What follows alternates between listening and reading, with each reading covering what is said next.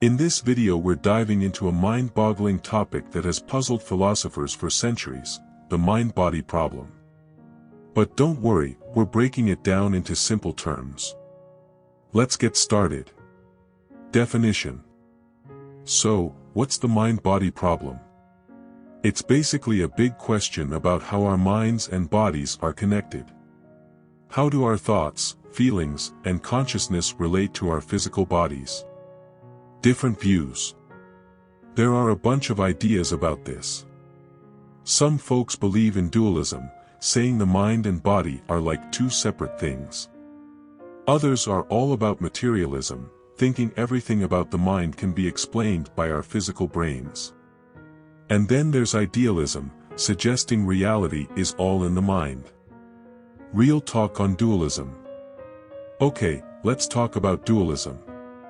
Imagine your mind is one thing, and your body is another.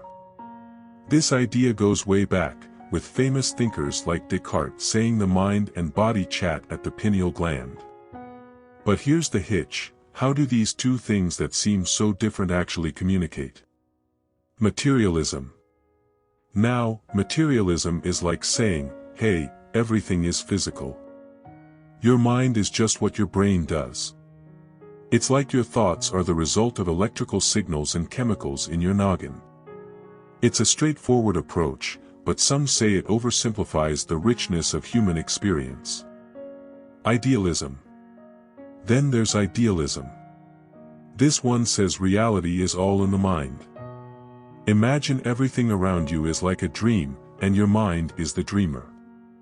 So, the physical world is basically a creation of your thoughts. It's a bit like living in your own movie. Neutral monism.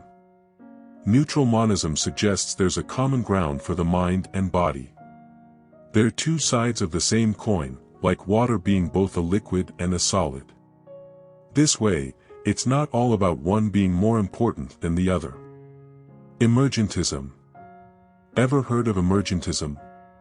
It's like saying our minds emerge from complex brain activities. Think of it like a cake.